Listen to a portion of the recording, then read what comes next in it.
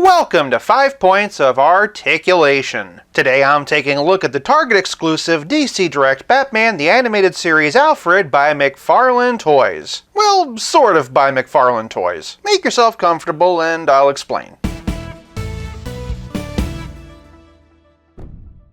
Starting with the packaging, and if you saw my Scarecrow video, you'd know I love these boxes. They do a great job celebrating the source material, and I love the character art we get on the sides and on the back. Plus, being a window box, it's collector friendly, unlike the original DC collectible figures which came on blister cards. For packaging, I'm giving Alfred 5 points. Moving on to presentation, and Alfred stands at 5 3/4 inches and is a complete reissue of a figure originally released by DC Collectibles as part of a Batcave playset. I'll be revisiting that whole Batcave playset thing again during price, but for now let me just start out by reiterating that McFarlane themselves did not sculpt this figure. I'm just looking at it based on its own merit and assessing how good of a job McFarlane did in their reissue. Ephraim Zimbalist Jr.'s Alfred was the heart and soul of Batman the Animated Series, and this figure is about as perfect of a translation into 3 dimensions as you're gonna get from a 2D cartoon. Drawing your attention to the box art, and I'm sure you can see what I mean. Alfred's personality has been perfectly replicated in plastic. We've got those half-opened eyes and the sarcastically arched eyebrows, and the mustache which somehow does a better job of conveying his expression than his actual mouth does. I would be remiss if I didn't point out that there is a little bit of messed up paint here, but the sculpt itself is spot on. The main facial features are nice and clean, as is the hair. Moving down, and the only other painted detail are the shirt, bow tie, and buttons, and those are all very crisp also. The bow tie and buttons are sculpted on, so if there was any paint slop it would have been very obvious. One thing that's unfortunately obvious though are these stripes running down the middle. Those are unfortunately the result of this fastener holding in place in the box. Given the simple line work of this figure, I really do hope that those come out eventually. I would also suggest that in general McFarlane doesn't really need as many of these fasteners as he uses. And I'd also point out that this isn't the first time that one of those straps damaged my figures. Again though, I'm very impressed by how crisp and vibrant the paint is, even going in to punch in the little black dots for the cufflinks. Just like the show, the body itself is just some very simple line work. The only detail in the jacket we get is where it buttons. More buttons on the back, and with the jacket itself being a softer outer layer, the tails are nice and soft too. In fact, all the plastic is pretty soft, and I actually mean that in a good way. The figures manufactured by DC Collectibles of course look great, but they use different plastics that were harder and notoriously fragile. The McFarlane reissues I've looked at so far are a lot more pliant and don't make me so afraid that they're going to break. That in and of itself is a huge point in McFarlane's favor. I don't love how this kind of leg articulation is sculpted, but again, McFarlane didn't do it, and it's really more of a conversation for posability anyway. The nice thing about this joint, and the reason why I'm sure the DC Collectibles did it, is because it does do a better job of preserving the lines of the figure, and honestly, when the figure itself is mostly just an all-black body, it does blend together. The thing I appreciate the most about this figure though, they didn't paint a dark brown stripe running down 1/3 of his head. Different collectors have different views when it comes to cell shading, but personally, I hate it. It's the reason why Scarecrow is the only figure in the Condiment King wave I picked up. Fortunately on him it isn't too bad, but if they had actually painted Alfred to match this shading, I probably would not have bought him at all. The design team at DC Collectibles did a great job of translating Alfred into action figure form, and with the exception of a minor blemish or two on mine, McFarlane's done a very good job of bringing it back to shelves. By updating the plastic, they've even gone so far as to improve it. Like Alfred himself keeping Wayne Manor spick and span, for presentation I'm giving this figure 5 points. Moving on to posability, and this is a good time to remind you once again that this figure was originally manufactured by DC Collectibles, so any criticism I have is directed at them and not McFarlane. From the top, and Alfred's head is on a ball joint at the base of the neck rather than the base of the skull. Again, that does a great job of preserving the lines of the design. He can look up this high, which is actually a bit better than I was expecting, but he can't really look down. He does get some really good tilt though, even though it looks a little bit unnatural, and of course all the way around. Moving down, and Alfred has swivel hinge shoulders that can only raise about 45 degrees. No bicep swivel or anything like that. He also has single jointed swivel elbows that don't quite make 90 degrees. I will say the wrinkles of the jacket do a nice job of creating an indent for the bend though. And of course that elbow swivel does help to compensate for that lack of bicep. At the ends of his arms, and Alfred has swivel hinge wrists that can of course spin and hinge either up or down. Moving to the middle, and the only torso articulation that Alfred has is a waist swivel. That's nicely hidden by his jacket. But then below the petticoat, we've got to talk about Mr. Pennyworth's hips. As I said in presentation, these swivel hinge hips do a good job of preserving the basic lines and silhouette of the figure. It's interesting because the first figures I can think of that used this style of articulation was DC Universe Classic. Marvel Select and even McFarlane used them for a while also, but I just mainly associate this style with DC figures in general. Kicking outward is fine, though similar to the arms, and Alfred only gets about 45 degrees. It's when you split that things look really awkward. In Alfred's defense, though, that all-black body does kind of help to mitigate it, and this isn't quite as severe of a cut as I've seen in other figures. DC Universe Classics, for example. He doesn't have any kind of a thigh cut, and the knees are only single hinge without any swivel. So yeah, you're not getting any turn out of these legs whatsoever. To their credit, though, they are pinless. And then moving all the way down, and Alfred's ankles can swivel, and that's it. No hinge or pivot whatsoever. In Alfred's defense, he is an old man, so it's understandable if he isn't all that articulated, and if I'm being honest, he's more posable than those 1966 Adam West Batman figures. Reiterating, though, that McFarlane did not design this figure, and so this isn't their fault. For posability, I am giving Alfred 3 points. Moving on to playability and accessories, and that's where this butler really shines. First things first, we've got this spaceship. No, it's actually just a serving platter. Onto that platter, we have a coffee pot, a coffee mug, a plate or saucer, a crockery, and a bowl. I will concede that finding the right angle to have him hold this platter is a bit of a challenge. Alfred doesn't just serve food that Bruce doesn't eat, though, he also cleans. And for that, he'll need this feather duster. His feather duster that he also can't